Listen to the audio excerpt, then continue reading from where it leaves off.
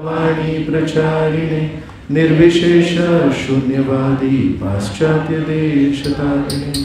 जय श्री कृष्ण चैतन्य प्रभु नित्यानंदा श्री अद्वैत गदाधर श्रीवासदि गौरभक्तवृंदा। हरे कृष्णा कृष्णा कृष्णा हरे हरे हरे राम राम राम हरे हरे। हरे कृष्णा। काल आपण दक्ष प्रजापतीची गोष्ट पहिला भाग काल चर्चा केली। आज आपण त्याच्या पुढचा भाग चर्चा करूया। काल आपण इथे समाप्त केलं की दक्ष प्रजापतीला मारलं आणि त्याचं शिरच्छेदन करून तिथे जे यज्ञकुंड होता त्याच्या दक्षिण दिशेला ते त्याचं शिर फेकलं आणि त्याचं जे डोकं होतं ते त्या अग्नीमध्ये भस्म झालं। त्यानंतर मेन मुख्य जो यजमान आहे तोच जर समाप्त झाला आणि त्याच्यानंतर सगळी नासधूस मारहाण सगळं झालं, मग हे सगळे जे देवता होते बाकीचे ज्यांनी ही सगळी परिस्थिती बघितली त्यांना लक्षात आलं याच्यावर तर काहीतरी उपाय शोधायला पाहिजे। हे असं किती दिवस चालत राहणार। मग सगळे जेव्हा पण या ब्रह्मांडामध्ये कधी काही समस्या होते तेव्हा कोणाकडे जातात? ब्रह्मदेवांकडे, कारण ब्रह्मदेव पहिले व्यक्ती पितामह। सो म्हणून ब्रह्मदेवांकडे गेले। मग ब्रह्मदेवांनी सांगितलं की सुरुवात कुठून झाली होती, तुम्ही लोक सांगा। मग म्हणाले हो, दक्ष प्रजापतींनी सर्वांसमोर अपमान केला शंकरजींचा। मग म्हणाले आज त्या शंकरजींची काय परिस्थिती असेल। म्हणतात एकतर त्यांना काही चूक नसताना अपमानित केलं आणि इतक्यातच त्यांची स्वतःची पत्नी स्वतःला भस्म केली। तर सध्याच्या परिस्थितीमध्ये शंकरजी आहेत हे खूप दुःखी अवस्थेत आहेत, तर तुम्ही लवकरात लवकर जाऊन त्यांची माफी मागा। मग हे सगळे देवता ब्रह्मदेवांसह शंकरजींना भेटायला गेले कैलाश पर्वताजवळ। तर आज एक कैलाश पर्वत दिसतं आपल्याला आणि ते जे कैलाश पर्वत आहे असं एका अर्थाने मराठीत आपण म्हणतो ओसाड म्हणतो ना, त्या आजूबाजूला काही वनराई नाही, तिथे काही नाही आहे, एक फक्त पर्वत आहे। तर जसं आपले आचार्य आपल्याला म्हणतात की वृंदावन आहे हे आपण या डोळ्यांनी नाही बघू शकत। या डोळ्यांनी जेव्हा आपण वृंदावनात जातो आज तेव्हा कधी कधी तिथे अस्वच्छता दिसते, कधी कधी गटारी वाहताना दिसतात। पण वृंदावन जर बघायचं असेल तर नरोत्तमदास ठाकूर म्हणतात विषय छाडिया कबे शुद्ध हबे मन तबे हम हेरबो श्री वृंदावन। की जेव्हा विषय भोग वस्तूंप्रती जेव्हा आसक्ती कमी होईल तेव्हा खरोखर दिव्य दृष्टीने आपण वृंदावन बघू शकू। मग त्या वृंदावनाचं जे वर्णन आहे त्याच्यामध्ये लिहिलं आहे की प्रत्येक वृक्ष तिथला हा कल्पवृक्ष आहे। कल्पवृक्ष म्हणजे तुमच्या मनात जे काही इच्छा येतील ते तो पूर्ण करेल। याचा अर्थ जर तुम्हाला जांभळाच्या झाडापासून जर आंबे पाहिजे असतील तर त्याला जर आंबा मागितला तर आंबा पण देईल। आणि प्रभुपाद एका प्रवचनामध्ये म्हणतात वृंदावनाचे जेव्हा वर्णन करतात म्हणतात ते फक्त फळं देत नाहीत, म्हणजे तुम्हाला जर समोसा आणि कचोरी पाहिजे असेल तर ते पण देतात। तर वृंदावनाचं जे वर्णन आहे खूप सुंदर आहे, पण ते वृंदावन आपल्याला एवढ्या सहजासहजी दिसणार नाही। असं म्हणतात की जेव्हा रूप गोस्वामी सनातन गोस्वामी होते त्यानंतर जेव्हा जीव गोस्वामी होते तर तो जो काळ आहे तो अकबरचा काळ आहे। आणि अकबरची जी पत्नी होती ती राजपूत होती, जोधाबाई। जयपूरचा एक राजा होता राजा मानसिंग। राजा मानसिंगची बहीण हिचं अकबरशी लग्न झालं होतं। तर थोडंसं पत्नीमुळे त्याला एक हिंदू धर्माप्रती थोडीशी एक आदर म्हणू किंवा सहानुभूती होती। तर त्या काळी त्यांनी ऐकलं होतं की इथे जीव गोस्वामी म्हणून एक आचार्य आहेत आणि खूप मोठे आचार्य आहेत। तर जीव गोस्वामींना त्यावेळेस ते भेटायला आले होते आणि त्यांनी जीव गोस्वामींची भरपूर सेवा केली तेव्हा। तर तेव्हा जीव गोस्वामींना त्यांच्यावर दया आली। तर असं म्हणतात अकबराला जीव गोस्वामींनी दिव्य दृष्टी दिली आणि अकबराला जे मूळ वृंदावन आहे आध्यात्मिक वृंदावन आहे ते दिसलं आणि त्यामुळे अकबराने मदन मोहन मंदिर, गोविंदजी मंदिर यासाठी काही एकर त्या गायींना चरण्यासाठी गोचारण भूमी असते. सी मंदिर म्हणजे भगवंतांची मूर्ती, मंदिर म्हणजे भगवंतांच्या मूर्तीची सेवा, त्यांच्यासाठी भोग. तर फक्त मंदिर, आज आपल्याला वाटतं मंदिर म्हणजे फक्त एक स्ट्रक्चर बांधायचं आहे.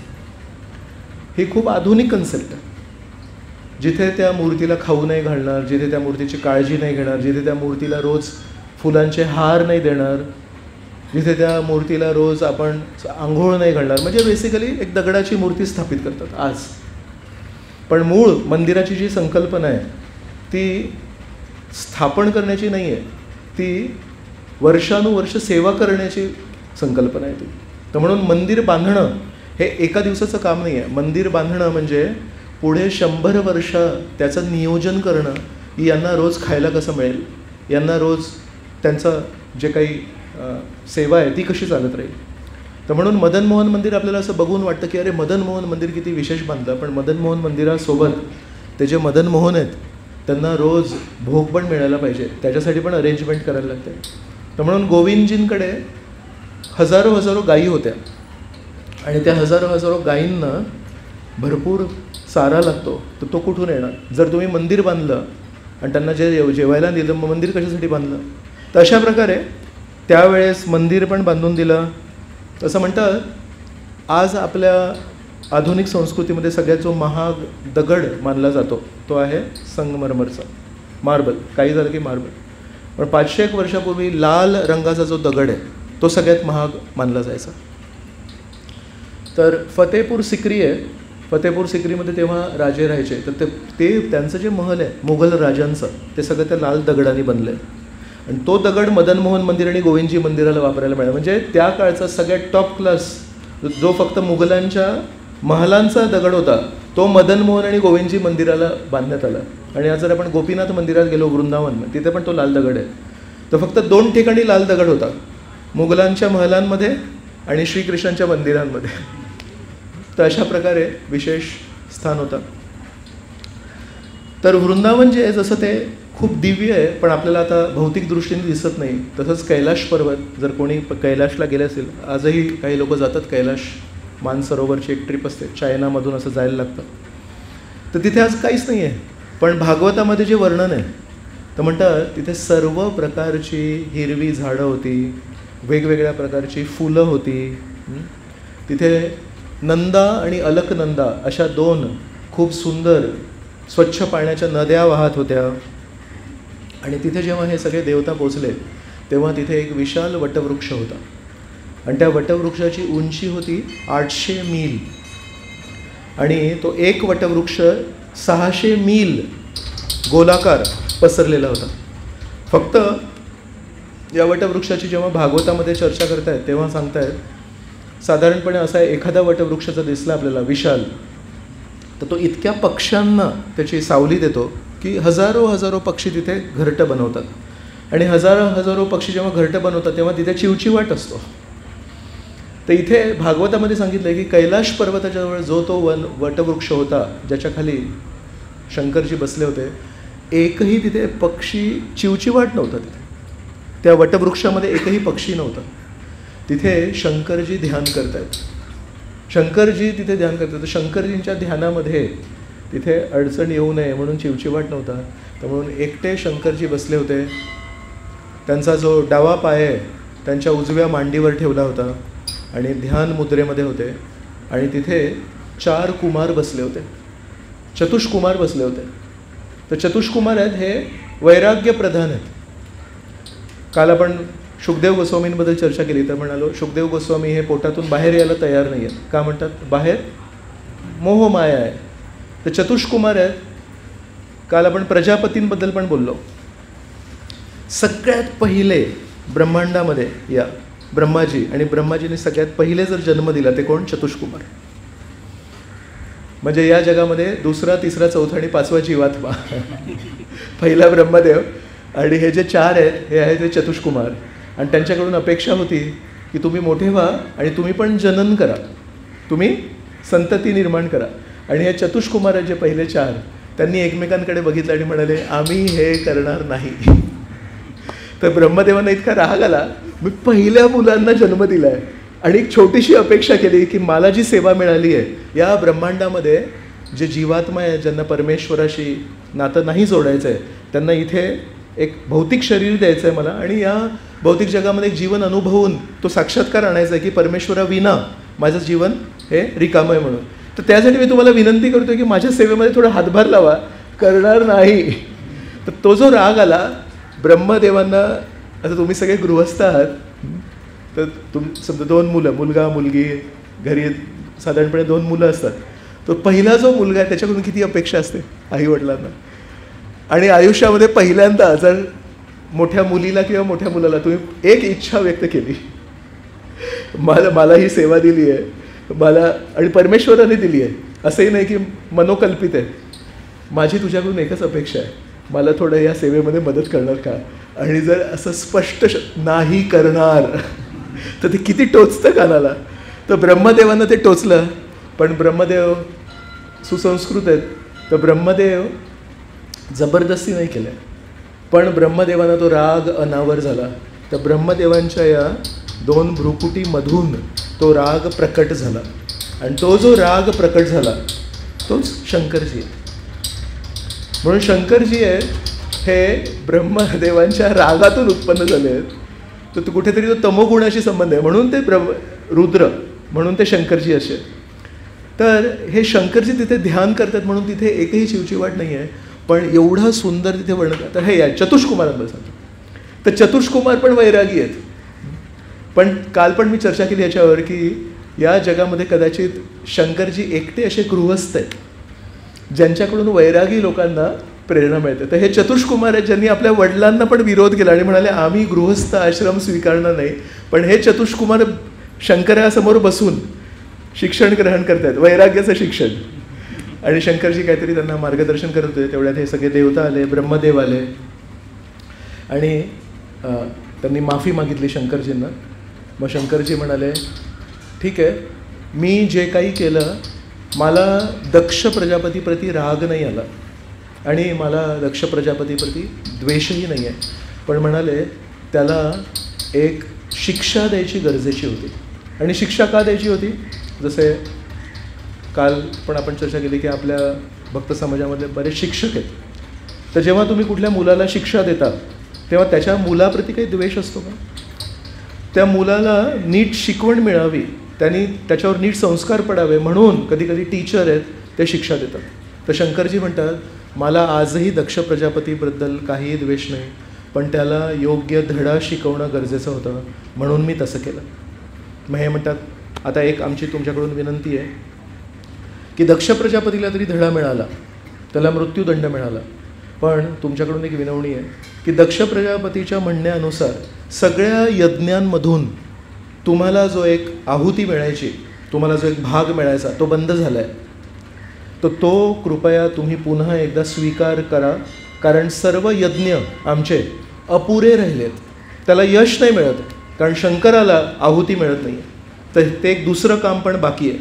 त्याला तर धडा मिळाला पण हे दुसरं काम बाकी आहे. शंकर म्हणाले कारण माझ्या मनामध्ये कोणाप्रती काही द्वेष नाही आहे, तर मी तो भाग पुन्हा एकदा स्वीकारायला तयार आहे जर तुमची इच्छा असेल तर. म्हणाले हो नक्की. असं करत शंकरजींना मग त्या यज्ञकुंडामध्ये घेऊन आले आणि शंकराय स्वाहा, शंकराला पण एक आहुती दिली, ती शंकरांनी ग्रहण केली. आणि अनेक दिवसांपासून जितके यज्ञ व्हायचे ते अपूर्ण असायचे. आणि यज्ञो वै विष्णू, यज्ञकुंडामध्ये आपण जेव्हा अर्पण करतो ती जी अग्नी आहे ती विष्णूचं प्रतीक आहे.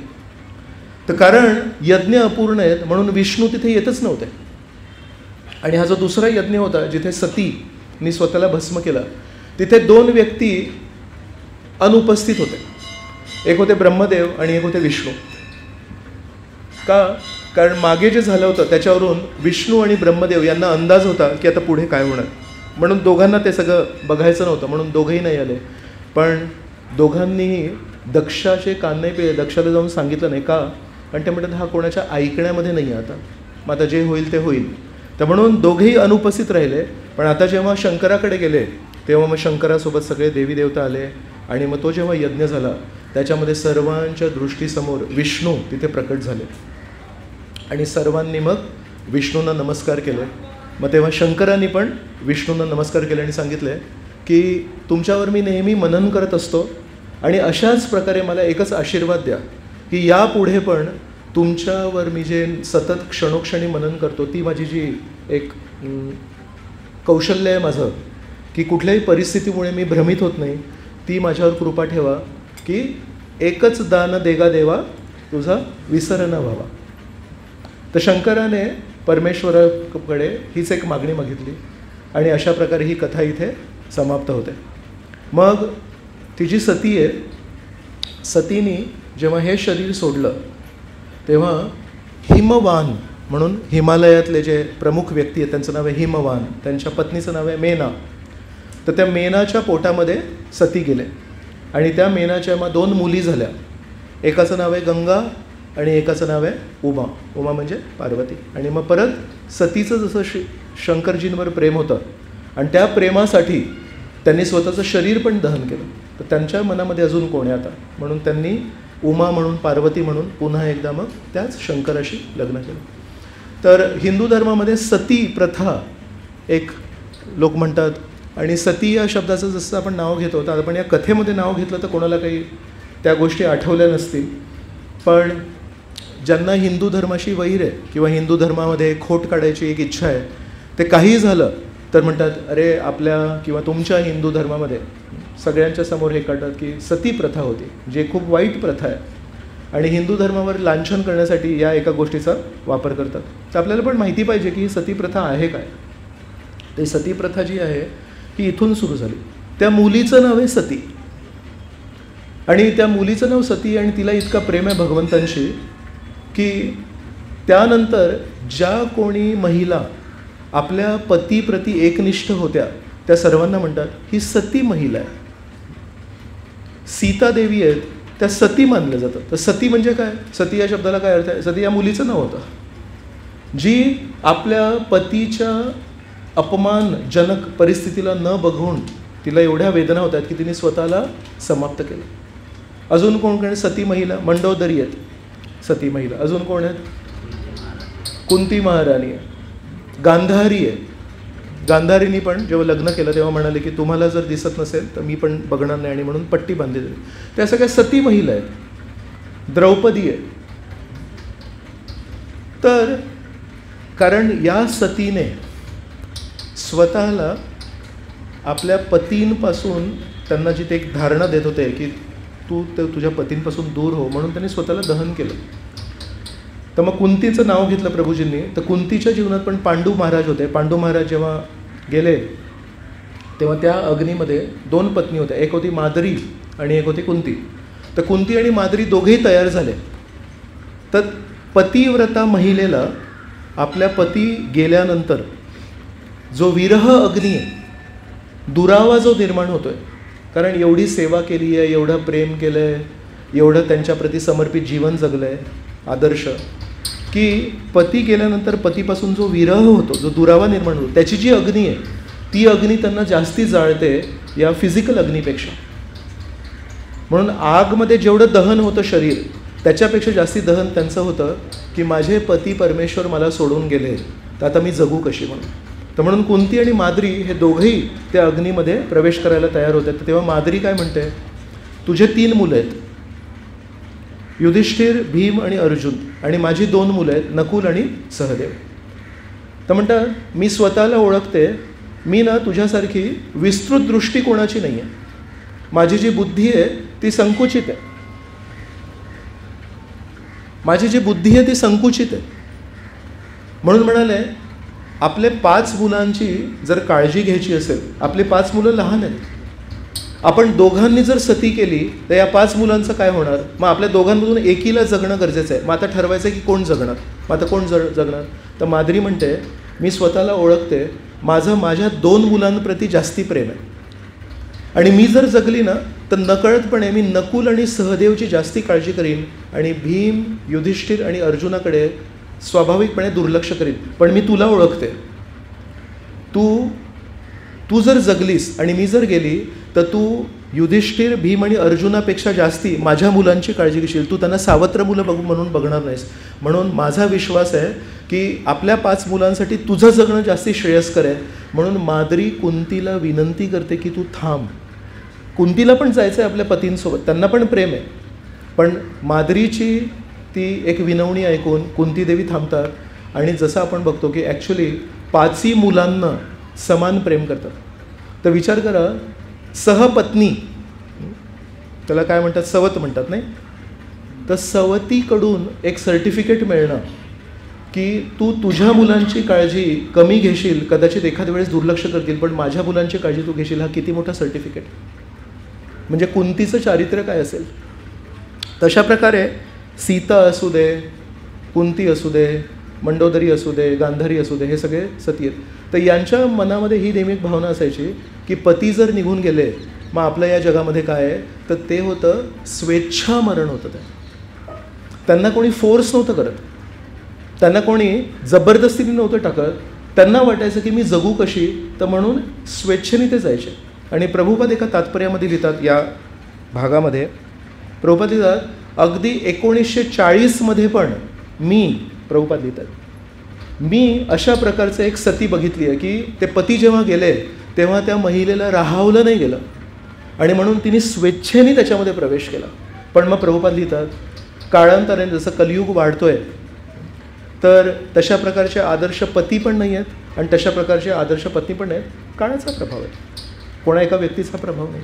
तर म्हणून म्हणतात की काळांतराने काय झालं की कुठल्या परिवारामध्ये समजा एक पती गेले तर त्या पत्नीला जावंसं वाटत नव्हतं. मग त्या सासू सासऱ्यांना वाटलं की अरे, आतापर्यंत ती बघितलं की जेव्हा पती जायचे तेव्हा पत्नी पण जायचे आणि आमच्याकडे सून जायला तयार नाही आहे, मग कुठेतरी आपल्या परिवाराचा अपमान होईल. मग त्यावेळेस त्या सासू सासऱ्यांनी जबरदस्ती आपल्या सुनेला उचललं आणि ती म्हणते की नाही नाही नाही, तरी तिला जबरदस्ती टाकलं.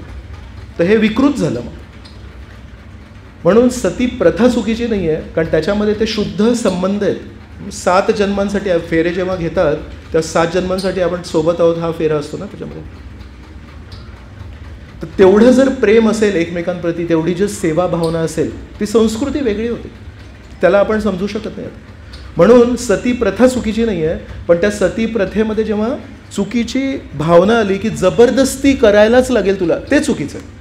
मग समजा आपल्या समोर जर कोणी हा आक्षेप घेतला की हिंदू धर्मामध्ये सती प्रथा किती चुकीची आहे, तर तुम्हाला हे सगळं सांगता यायला पाहिजे, तुम्ही हे सगळं वर्णन करायला पाहिजे की सती प्रथा चुकीची नाही आहे, पण जबरदस्ती करणं चुकीची आहे. तर अशा प्रकारे ही सतीची गोष्ट आहे. आणि काल आपण या चर्चेला विस्तृत चर्चा केली होती. तर जस्ट मला तुम्हाला सर्वांना विचारायचं आहे की ही सगळी कथा ऐकून त्याच्यामध्ये 3 व्यक्ती आहेत मुख्य. एक आहे दक्ष प्रजापती, एक आहे सती आणि एक आहे शंकरजी. त्या 3 व्यक्तिमत्वाकडून आपण काय धडे शिकू शकतो. मी माझं सांगेन, पण ते तुम्हाला किती पटेल माहिती नाही. आणि तुम्हा लोकांना पण थोडा विचार करायला पाहिजे की भागवतामध्ये ज्या एक कथा दिल्या आहेत त्या फक्त शुकदेवांनी परीक्षितासाठी दिल्या की परीक्षिताद्वारे आपल्यासाठी दिल्या. म्हणून दक्ष प्रजापतीकडून आपण काय शिकू शकतो, कोणी सांगेल एखादा विचार करून. येस माताजी, 1 मिनिट, माईक येतोय, दुसरा माईक अरेंज केला आहे.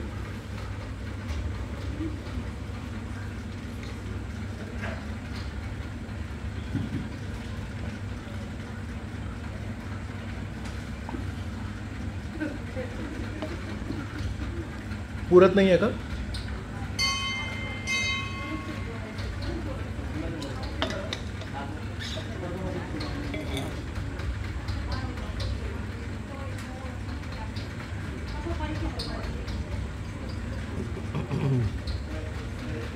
हरे कृष्ण.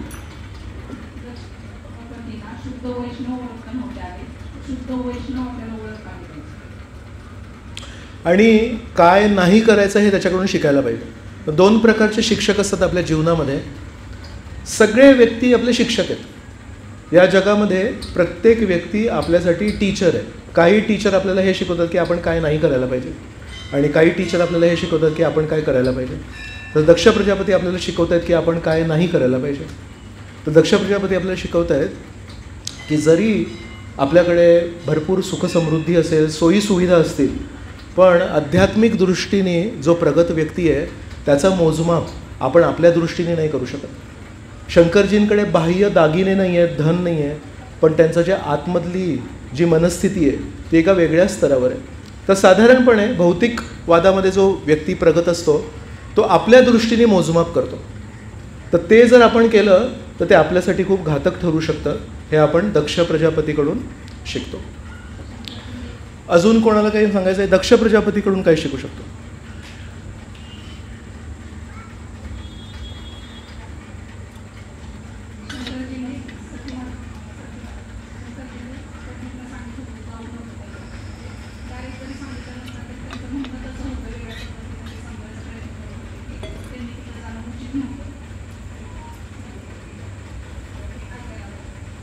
तर सतीकडून ही अपेक्षा आहे की जर त्यांचे पती म्हणतायत माझा जिथे खूप गहन अपमान झाला तिथे तू जाऊ नकोस, आणि त्यांनी इथपर्यंत सांगितलं होतं की तिथे जो अपमान होईल तो कदाचित तुला मृत्यू समान होईल, इथपर्यंत मृत्यू समानपर्यंत बोलले शंकरजी.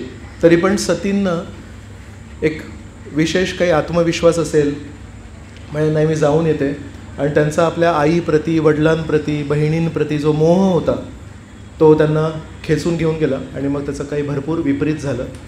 तर आध्यात्मिक दृष्टीने जे प्रगत आहेत त्यांचं म्हणणं कधी कधी आपल्याला पटत नाही, आणि जर त्यांनी आपल्याला काही सांगितलं की असं नका करू तरी पण आपण म्हणतो की नाही एवढं काही असं जास्ती काही चूक दिसत नाही आहे. आणि आपण जेव्हा ऐकत नाही त्याच्यानंतर मग भरपूर गोष्टी विपरीत घडू शकतात.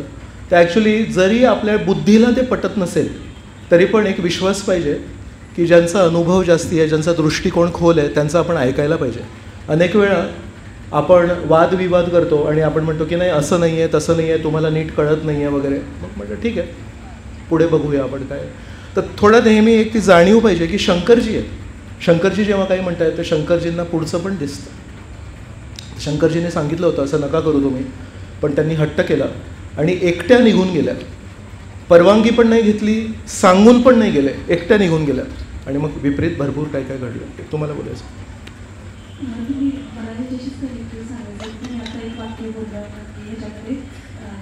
दक्षाला सांगण्यासाठी कोणीच आले म्हणजे ब्रह्मदेव पण आलेले त्या ठिकाणी, विष्णू पण आलेले.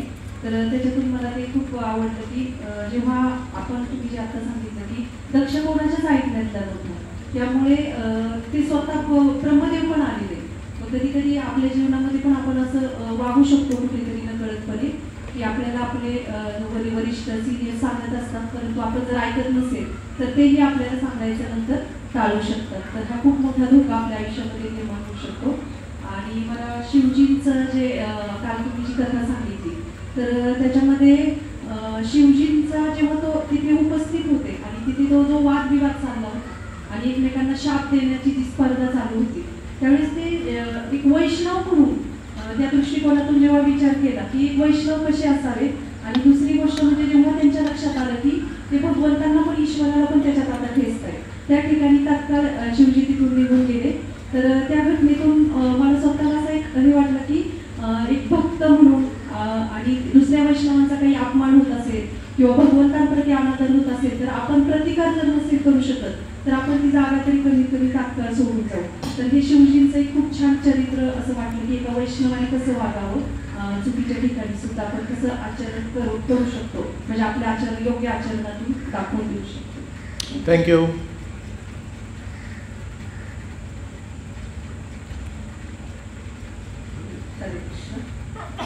शिवजींच्या व्यक्तिमत्वातून आपल्याला हे शिकता येतं. जेव्हा ब्रह्माजी आणि इतर देवतांच समोर कैलास पर्वतावर आल्या आणि त्या ठिकाणी शिवजींना त्यांनी विनंती केली, तर शिवजींनी स्वतःचं जे दुःख आहे, पत्नी गेलेली आहे आणि एवढा विध्वंस झालेला आहे, तर ते बाजूला ठेवून शिवजी लगेच तयार झाले आणि त्या ठिकाणी यज्ञामध्ये जे त्यांना अर्पण केलं जातं ते स्वीकारायला तयार झाले. स्वतःचं दुःख बाजूला ठेवून शिवजीने इतरांच्या आनंदासाठी खूप मोठा विचार केलेला दिसतो. नक्की नक्की. काही एक क्षण पण विलंब न करता लगेच निघून आले आणि पुन्हा एकदा आपली आहुती स्वीकारायला तयार झाले. आहे अजून कोणी? सो दक्ष प्रजापतीबद्दल आपण चर्चा केली, सतीबद्दल चर्चा केली, आणि आता सगळ्यात महत्त्वाची जी व्यक्ती आहे ते आहे शंकरजी. तर तुम्ही सर्वांनी जे जे मांडलं ते सगळं बरोबर आहे. माझ्याकडून एक होतं की सहनशीलता म्हणजे काय, हे आपल्यासाठी सर्वांसाठी खूप महत्त्वाची गोष्ट आहे. आपल्याला अनेक वेळा सहनशीलता म्हणजे असं वाटतं सहनशीलता म्हणजे मूक होणं, एक दगड कसा असतो, दगड सहनशील असतो. दगडावर पाऊस पडतो, ऊन पडतं, वारा पडतो, पण दगड सहन करत असतो. दगड सहन नाही करत आहे, दगड निर्जीव आहे. दगडाकडे ऑप्शन नाही आहे, दगडाकडे पर्याय नाही आहे. सहन करणार नाही तर करणार काय तो. पण सहनशीलता आहे ना, चॉईस आहे. पर्याय नसताना जर आपण जेव्हा सहन करतो, आपले हातपाय बांधलेत आणि इथे तोंडामध्ये गोळा टाकला आहे, आपण काय बोलूही नाही शकत. आणि जर कोणी आपल्या कानाखाली मारत आहेत आणि समजा मी 2 वर्षांनी सांगितलं की त्या परिस्थितीमध्ये मी सहन केलं, सहन करण्याविना माझ्याकडे पर्याय नव्हता. सहन करणं म्हणजे जेव्हा माझ्याकडे प्रतिकार करण्याचा पर्याय असतो तरी पण मी एक निर्णय घेतो की नाही, माझ्या आध्यात्मिक प्रगतीसाठी मी सहन करेन. त्यांना म्हणतात सहन करणे. तर सहन करणं हा ॲक्टिव्ह प्रोसेस आहे, हा निर्णय घेण्याचा प्रोसेस आहे. हा काय आता मी काय करणार, काय करू शकत नाही, त्याला सहन करणं नाही म्हणत. तर राधानाथ महाराजांचं एक खूप चांगलं वाक्य आहे. इंग्लिशमध्ये ते काय म्हणतात ते मी म्हणेन, नंतर मग त्याला समजावून सांगतो. Tolerance means to fix our mind, our words and our action on a higher principal.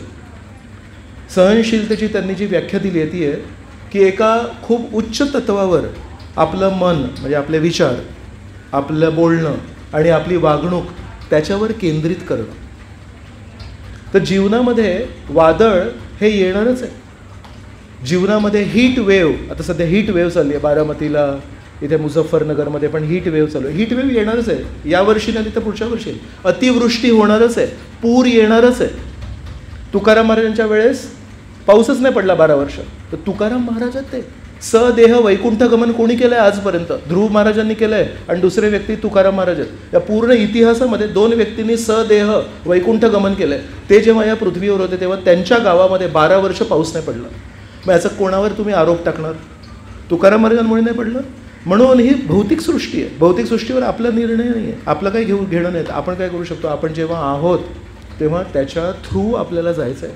आपल्या जीवनात पाऊस जास्ती पडेल किंवा पाऊस पडणारच नाही, अति थंडी असेल किंवा अति गरमी असेल, याच्यावर आपलं काही नियंत्रण नाही. आपण फक्त एकच काम करू शकतो, त्या परिस्थितीमधून जाताना आपले विचार, आपलं बोलणं आणि आपले व्यवहार हे आपण नेहमी उच्च तत्वावर आधारित ठेवले, उच्च तत्वांवर केंद्रित ठेवले तर त्याला म्हणतात सहनशीलता. म्हणून झाडाची सहनशीलता नाही आहे, दगडाची सहनशीलता नाही आहे. पण काल आपण चर्चा करत होतो, बरेच ऋषीमुनींबद्दल चर्चा केली. व्यास ऋषींनी तपस्या केली. तर तपस्येच्या वेळेस काय करतात, काही खात नाही आहेत, काय पित नाही आहेत. मग त्याला तपस्या का म्हणतात? तपस्याचं पण एक व्याख्या आहे. कोणाकोणाला ऐकायची तपस्येची व्याख्या? तपस्या म्हणजे एक उच्च ध्येय प्राप्त करण्यासाठी स्वेच्छेने स्वतःच्या जीवनामध्ये त्रास ओढून घ्यायचा. याची मी व्याख्या इंग्लिशमध्ये वाचली आहे. भगवद्गीतेच्या एका तात्पर्यामध्ये प्रभुपाद लिहितात, austerity means voluntary acceptance of difficulties for a higher purpose. तर प्रभुपादांनी जी व्याख्या दिली आहे ती उच्च ध्येयासाठी स्वेच्छेने आपल्या जीवनामध्ये काही कष्ट करायचे. पण याच्यामध्ये खूप महत्त्वाचा एक जो वाक्प्रचार आहे तो आहे उच्च ध्येयासाठी. दुसऱ्यांना त्रास देण्यासाठी जेव्हा काही लोक कष्ट आपल्या मनात घेतात, काहीतरी ट्रेनिंग करतात का, तर मला एक अतिरेकी बनायचं, त्याला तपस्या नाही म्हणत. तसंच राधानाथ महाराजांनी जेव्हा आपल्याला सांगितलं की सहिष्णुता, सहनशीलता म्हणजे एका उच्च ध्येयावर केंद्रित आपले विचार, आपलं बोलणं आणि आपले व्यवहार, तर ते उच्च ध्येय, उच्च तत्व जे आहे तो सगळ्यात महत्त्वाचा भाग आहे. म्हणून शंकरजी आहेत. काल मी समाधीची एक व्याख्या दिली होती. समाधी म्हणजे काय, काल आठवते कोणाला समाधीची मी काय व्याख्या दिली होती? तर प्रभूजी म्हणत आहेत की श्रीकृष्णांवर ॲक्च्युली स्मरण व्हायला पाहिजे. तर शंकरजी तिथे बसले आहेत आणि ती पूर्ण सभा चालू आहे आणि लोक काय काय बोलत आहेत, पण शंकरजींचं ध्यान आहे ते भगवंतांच्या चरणांवर आहे. तर ती समाधी आहे. आपल्याला वाटतं समाधी म्हणजे आपण म्हणतो काय, हे साधू होते ते समाधी घेतली, त्यांनी समाधी घेतली म्हणजे जग सोड, समाधी घेतली म्हणजे जग सोडणं नाही, समाधी घेतली म्हणजे भगवंतांवर ध्यान केंद्रित करणं. आज समाधीची मी दुसरी व्याख्या सांगणार आहे. ही समाधीची दुसरी व्याख्या आहे की ध्यानस्थ होणे म्हणजे काय, बाजूला काय आवाज चालला आहे, बाजूला कोण काय बोलत आहे त्याच्याने विचलित न होणे, पण भगवंतांच्या चरणांवर ध्यान केंद्रित करणे. याच तत्वाला अनुसरून आज समाधीची दुसरी व्याख्या मी सांगतोय तुम्हाला की सुख असू दे की दुःख असू दे, माझी सेवा मी सोडणार नाही. ही समाधी आहे. जसं कोणी माझी स्तुती करू दे की कोणी माझी निंदा करू दे, मी विचलित नाही होणार. म्हणजे अहो बघा, शंकरजी तर समाधीस्थ आहेत. सगळ्या सभेसमोर, सगळ्या 33 कोटी देवतांसमोर दक्ष प्रजापतींनी काय काय नाही बोलले. अस्वच्छ आहे, मर्कट लोचन आहे, काय काय बोलले. पण शंकरजी समाधीस्थ आहेत. समाधीस्थ म्हणजे त्यांच्या कानामध्ये ते निंदात्मक शब्द आहेत ते प्रवेशच नाही केले. तसं आपल्या स्तरावर आपण तसे नाही आहेत की कानामध्ये ते शब्द प्रवेश नाही करणार. आपल्यासाठी समाधी काय आहे? आपल्यासाठी समाधी ही आहे, आपण शंकराकडून हे शिकू शकतो की कधी आपल्याला पण कोणी निंदा करतील, कधी आपल्याला पण कोणी प्रशंसा करतील, पण प्रशंसा आणि निंदा हे दोन्ही आपल्यासाठी तुल्य असलं पाहिजे, हे एक समान असलं पाहिजे. मग त्या परिस्थितीमध्ये आपण आपल्या जीवनात उच्च ध्येय काय आहे? तुमच्यातून किती लोक असे डोळे जेव्हा अर्धे बंद करतात तेव्हा शंकरजींसारखे तुम्हाला विष्णूंचे चरण दिसतात? आहे कोणी? तर आपली तो स्तर नाही आपला. मग आपण काय करू शकतो? आपल्याला विष्णू संबंधित सेवा दिसते, आपल्याला विष्णू संबंधित आपली साधना दिसते. एकदा एक भक्त म्हणत होते की चांगला जप म्हणजे काय? तर चांगला जप म्हणजे कोणाकोणाचे काय काय वेगवेगळे विचार तुम्ही मांडू शकता. कोणी म्हणेल की प्रभूजी डोळ्यातून आनंदाश्रू वाहणे म्हणजे चांगला जप. कोणी म्हणेल स्पष्ट उच्चारण करे हरे कृष्ण कृष्ण कृष्ण म्हणजे चांगला जप. तर या सिनियर डिवोटीनी खूप छान एक व्याख्या दिली. म्हणाले आपण जप करतोय आणि जप केल्यावर एक दिवशी परमेश्वर समोर आले आणि परमेश्वर म्हणाले तुझ्या जपाने मी पूर्णपणे प्रभावित झालो आहे. तुझं काय हरे कृष्ण किंवा मनातल्या मला जे काही तू करतोयस, काहीतरी तुझ्याबद्दलची गोष्ट आहे ती मला खूप आवडली. हे वैकुंठाचं तिकीट. तुझ्यासाठी वैकुंठामध्ये एक स्थान तयार केलं आहे, एक घर बांधलं आहे मी. आणि तू जेव्हा शरीर सोडशील तेव्हा तुझा हा पत्ता आहे, Padmanabh street, Narayan enclave, plot number 108. Okay घे. आणि विष्णू निघून गेला. आता आपल्या हातात माळ आहे. तर उद्या वैकुंठाचं हातात तिकीट घेऊन मी उद्या चॅन्टिंग करणार की नाही करणार? तर हा विचार चालू आहे आता मनामध्ये. तर काय करणार? कारण का आपल्याला असं वाटतं की आपण चॅन्टिंग करतो ते कशासाठी? एक दिवशी वैकुंठाला जाण्यासाठी. मग वैकुंठाला जाण्याचा जर मार्ग निश्चित झाला आहे मग आता चॅन्टिंग आहे. तर चांगलं चॅन्टिंग म्हणजे काय माहिती आहे? ज्या दिवशी भगवंत आपल्याला वैकुंठाचं तिकीट देतील ते घेऊन म्हणायचं थँक्यू, खूप खूप धन्यवाद, पण मी जप जो करत होतो तो वैकुंठाला जाण्याचं विमानाचं तिकिटासाठी नव्हतं करत. ते तर माझं नातं आहे तुमच्यासोबत. माझं नातं आहे की मी तुमची सेवा करणार, मी सेवक आणि तुम्ही माझे स्वामी.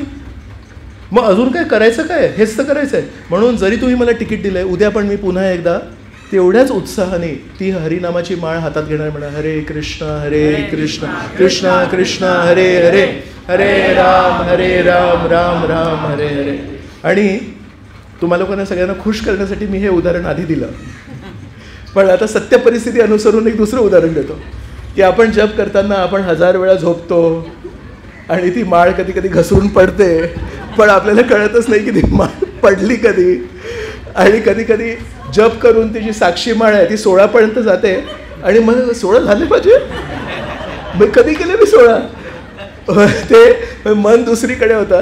ते कधी खाली केले ते कळलंच नाही. कारण लक्षपूर्वक जेव्हा करतो ते पहिली माळ, दुसरी माळ, तिसरी माळ, चौथी, एक एक कळतं. तर आपल्याला माहिती आहे आपल्या जपाचा स्तर काय.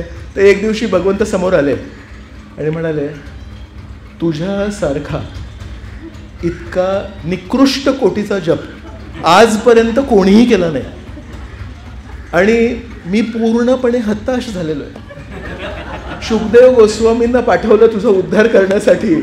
शुकतांना गेलास तू पण प्रार्थना नाही केलीस तू. तिथे काहीतरी आपला फोटो बिटो काढून परत आलास. आणि एकदा कधीतरी मायापूरला जाताना फुलिया नावाची जागा लागते, तिथे आपण किती थांबू. तिथे हरिदास ठाकूर जप करायचे. तू फुलियाला पण गेलास, हरिदास ठाकूरांच्या त्या जागे तिथे साधना कुटीर आहे त्यांचं, तिथे गेलास. तिथे पण तू हरिदास ठाकूरांसोबत फोटो काढलास पण तिथे प्रार्थना नाही केलीस. ती मला तुझ्याकडून काहीही अपेक्षा नाही आणि मी पूर्णपणे हताश झालेलो आहे, मी फ्रस्ट्रेट झालो आहे. मला आता तुझा जप ऐकायचा नाही आहे कारण त्या जपामध्ये ना तुझ्या भावना नाही आहेत. ती मशीन गन कशी हरे कृष्ण कृष्ण कृष्ण हरे हरे राम हरे राम गोळ्यामधून मशीन गन काही काही लोक अशी हरे कृष्ण हरे कृष्ण कृष्ण कृष्ण हरे राम राम राम राम हरे कृष्ण. अरे थांब थांब थांब, कुठे चाललंय बाबा? राजधानी ट्रेन सगळं पळतोय तो. जरा नाव घे, परमेश्वराचं नाव आहे ते. तर भगवंत हे सगळं ऐकवत आहेत आपल्याला. म्हणतात आज मी तुला सर्टिफिकेट लिहून देतो, तुला वैकुंठात स्थान मी देणार नाही. जय विजय आतमध्ये घेतील तुला. कारण मागच्या वेळेस त्यांना पनिशमेंट मिळाली होती थांबवल्यावर. म्हणजे आता कोणाला थांबवायचं नाही. परत जायला लागले हिरण्याक्षर हिरण्यकशिपू बनायला. जो आहे तो सगळ्यांना पाठवतो, जा तू आतमध्ये जा बाबा, मला परत खाली नाही जायचं आहे, पण मी तुला आतमध्ये नाही घेणार. नॉट अलाउड, नो वॅकन्सी घे. आणि आपल्या हातात ते आलं, भगवंतांची सही आहे त्याच्यावर, वैकुंठामध्ये बॅन. दुसऱ्या दिवशी तुम्ही जप करणार का? नाही. छान आहे ते, ऐकायला छान वाटतंय, पण हो किंवा नाही बोलण्याआधी मनामध्ये थोडं याच्यावर मनन करा की येस म्हटल्यावर दुसऱ्या दिवशी जप करणं तरी सोपं आहे, कारण सकारात्मक आहे. भगवंतांनी बाहेर बोर्ड लावला आहे नो एंट्री म्हणून, आणि तरी तुम्ही जप करणार का? जर खरोखर मनापासून आपण जप करणारे व्यक्ती असू तर आपण म्हणू, प्रभूजी जाण्यासाठी जप केलाच नव्हता, जप केला होता तो परमेश्वराशी नातं आहे. माझे वडील आहेत, वडिलांचं नाव घे. वडिलांनी मला जरी बाहेर केलं तरी माझे वडील ते मी का सोडू? माझ्या वडिलांचं नाव आहे हरे कृष्ण, आईचं नाव आहे हरे कृष्ण कृष्ण कृष्ण हरे हरे, हरे राम राम राम हरे. म्हणून शंकरजी जसे समाधीस्थ आहेत तसं साधना स्तरावर एक साधक म्हणून आपलं समाधीस्थ काय माहिती आहे? माझी जी सेवा आहे, ही सेवा ती सेवा, कुठली सेवा असू दे, पण सेवेला कधी सोडायचं नाही. माझी जी साधना आहे त्या साधनेला कधी सोडायचं नाही. माझा जो सदाचार आहे त्या सदाचाराला कधी सोडायचं नाही. भरपूर गोष्टी येतील, भरपूर परिस्थिती निर्माण होते, आपल्याला सांगते सदाचार सोडून दे. सदाचार काही कामी येत नाही. मुख्य गोष्ट काय आहे? तुझ्या म्हणण्यासारखं व्हायला पाहिजे. सदाचार, स्वाध्याय, सेवा, साधना हे आपलं खरं धन आहे. हे कुठल्याही परिस्थितीमध्ये सोडायचं नाही. ते आपल्यासाठी समाधीचं असतं. तर म्हणून दक्ष प्रजापतीकडून आपण शिकू शकतो की साधना भक्ती कशी नाही करायची. सतीकडून आपण शिकू शकतो की नेहमी आपण नीट ऐकायला पाहिजे, आणि जरी आपलं मत वेगळं असेल तरी मांडू शकतो ना, पण नीट विचार विमर्श करून आपण एका निष्कर्षाला पोचायला पाहिजे. वरिष्ठांच्या मताला बाजूला डावलून जेव्हा आपण पुढचे निर्णय घेतो मग त्याचा कधी कधी त्रास होतो. आणि शंकरजींकडून आपण खरी सहनशीलता शिकतो. उच्च ध्येयावर केंद्रित आपले विचार, आपलं बोलणं आणि आपले व्यवहार.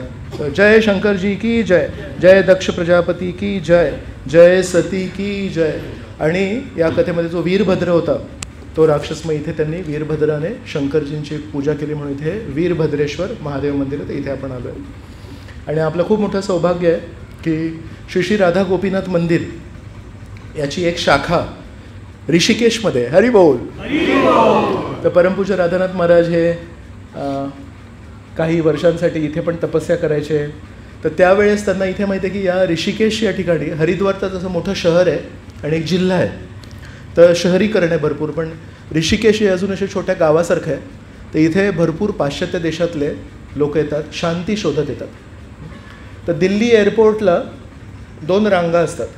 एक रांग असते भारतीय लोकांची न्यूयॉर्कला जाण्यासाठी, आणि त्याच्या शेजारी एक रांग असते न्यूयॉर्कच्या लोकांना हरिद्वार ऋषिकेशला येण्यासाठी. तर जेव्हा दिल्लीचे लोक सगळे अमेरिकेला चालले, अमेरिकन लोक ते सगळं सोडून म्हणतात की शांती कुठे आहे, शांती, गंगा कुठे आहे, गंगा देवीचं दर्शन कुठे आहे. आणि दिल्लीचे लोक म्हणतात की आम्हाला हडसन नदी कुठे आहे. तर हा जगाचा नियम आहे की आपल्याकडे जे नसतं ते आपल्याला गोड वाटतं. तर म्हणून इथे भरपूर योगी लोक येतात. तर राधानाथ महाराजांनी इच्छा व्यक्त केली की आपल्या मंदिरातल्या काही भक्तांनी इथे ऋषिकेशमध्ये येऊन राहायला पाहिजे. आणि इथे असंख्य अमेरिकन लोक, युरोपियन लोक येतात परमेश्वराच्या शोधात. त्यांना अमेरिकेमध्ये जे नाही मिळालं ते इथे शोधत येतात. तर म्हणाले प्रामाणिक इच्छेने येतात, पण त्यांना मार्गदर्शन करायला कोणी नाही आहे. आणि इथले जे लोक आहेत ते परमेश्वराबद्दल सांगतच नाहीत. त्यांना फक्त अनुलोम विलोम शिकवतात आणि पैसे घेतात त्यांच्याकडून. म्हणाले आपण प्रभुपादांचे प्रतिनिधी म्हणून त्यांना ॲक्च्युली सांगायला पाहिजे की श्रीकृष्ण कोण आहेत, आणि हे श्रीकृष्णाचं चरणामृत वाहतं इथे. तर म्हणून आमच्या मंदिरातले काही भक्त आहेत, त्यांना जेव्हा महाराजांनी सांगितलं तर त्यांनी राधा गोपीनाथ मंदिर हे सेवेसाठी सोडून पण इथे एक दुसरं राधा गोपीनाथ मंदिर स्थापित करण्यासाठी इथे स्थानांतरित झाले. तर माझे बरेच मित्र इथे राहतात. तर म्हणून त्यातले एक माझे खूप जवळचे मित्र आहे श्री चैतन्य लीला प्रभू. तर आपल्या मंदिरात आहेत त्यांचं नाव आहे श्री चैतन्य लीला प्रभू, आणि हे जे प्रभूजी आहेत त्यांचं नाव आहे चैतन्य लीला प्रभू. तर चैतन्य लीला प्रभू हे IIT खडगपूरमधून पासआउट आहेत, MTech आहेत आणि IIT खडगपूरमध्ये जेव्हा होते तेव्हा गोल्ड मेडलिस्ट होते. पण तेव्हा त्यांना प्रभुपादांच्या पुस्तकांनी धरलं आणि त्यांनी तो IIT खडगपूरचा जो गोल्ड मेडल आहे तो बाजूला ठेवला आणि गोल्डन अवतारचे गोल्डन टीचिंग्स घेतले. तर आजच मी सकाळी राधानाथ महाराजांचं एक वाक्य वाचलं. इंग्लिशमध्ये असं एक वाक्य आहे, सायलेन्स इज गोल्डन. ऐकलं आहे कधी? तर महाराजांचं वाक्य आहे, silence is golden. What it means is we don't speak anything other than the teachings of the golden Avatar. तर म्हणतात तर मराठीमध्ये भाषेत म्हणतात शांती ही स्वर्णिम आहे, सुवर्ण आहे, असं एक म्हण आहे. बस शांती गप्प बसणं म्हणजे सुवर्ण आहे. याचा अर्थ असा की आपण सुवर्ण अवताराला सोडून दुसऱ्या कोणाच्या शिकवणी आपण बोलायच्या नाही, तेव्हा शांत बसेल. सो तसं प्रभूजींनी सुवर्ण अवतार गौरांग महाप्रभू यांची सेवा स्वीकारली आणि 2007पासून श्री राधा गोपीनाथ मंदिरामध्ये त्यांनी स्वतःला वाहून घेतलं आहे आणि गेल्या 2-1 वर्षांपासून राधा गोपीनाथ मंदिराला सोडून इथे दुसरं राधा गोपीनाथ मंदिर त्याची संस्कृती स्थापित करण्यासाठी राधानाथ महाराजांच्या आदेशांचं पालन करून इथे प्रचार करत आहेत. आणि गेल्या 1-2 वर्षामध्ये त्यांनी इथे जो प्रचार केला आहे ते इथे एक 400-500चा कॉंग्रिगेशन त्यांनी तयार केलं आहे. एक टीम आहे असं नाही की, पण एक हरे कृष्ण प्रभू आहेत, एक दीन गोपाल प्रभू आहेत आणि अजून 2-3 ब्रह्मचारी आहेत. अशा या लोकांनी गेल्या 2 वर्षांपासून इथे पूर्ण झोकलं आहे आणि खूप सुंदर प्रभुपादांचा संदेश इथे आणला आहे. आणि जो हा हरिद्वार ऋषिकेश प्रदेश आहे, काल मला कोणतरी प्रश्न विचारत होते की प्रभूजी तुम्ही सगळं सांगताय हरिद्वार आणि भगवंतांबद्दल तुम्ही सांगताय, पण इथे आम्ही बघतो की सगळीकडे शंकरजींचे पुतळे आहेत, तर ते कसं समजून घ्यायचं. तर मग त्यांना मी म्हणत होतो की ओव्हरऑल इथे तपस्या भूमी आहे, ही तपोभूमी आहे म्हणून शंकरजींना महत्त्व आहे. पण या तपोभूमीमध्ये पण चैतन्य लीला प्रभू, दीन गोपाल प्रभू असे जे बाकी सगळे भक्त ते हरिनाम संकीर्तनाची एक लाट आणत आहेत आणि गंगा नदीचा जो मूळ संदेश आहे हरिभक्ती ते देण्याचा प्रयत्न करत आहेत. तर मी त्यांना विनंती केली की प्रभूजी आम्ही इथे आलो आहोत. तर जेव्हा आपल्या ॲडव्हान्स पार्टीसाठी कृष्ण मुरली प्रभू वगैरे आले होते तेव्हा पण त्यांनी खूप मदत केली, वेगवेगळ्या ठिकाणी स्वतः घेऊन गेले आणि मार्गदर्शन केलं. तर आपल्या यात्रेसाठी भरपूर श्रेय चैतन्य लीला प्रभूंना मिळतं. तर म्हणून त्यांना म्हटलं की प्रभूजी ही यात्रा तुम्ही आल्याशिवाय अपूर्ण आहे, तर तुम्ही कृपया या. तर चैतन्य लीला प्रभूंना मी विनंती करतो इथे येतील आणि आपल्याला या स्थळांबद्दल आणि ऋषिकेश हरिद्वार धामाबद्दल आपल्याला मार्गदर्शन करतील आणि आपण कृतज्ञतेने आणि खूप उत्साहाने त्यांचं स्वागत करूया इथे आपल्या मधोमध. हरी बोल बोलून. हरी बोल, हरी बोल, हरी बोल. श्री चैतन्य प्रभु कृपया आइए. हरे कृष्ण.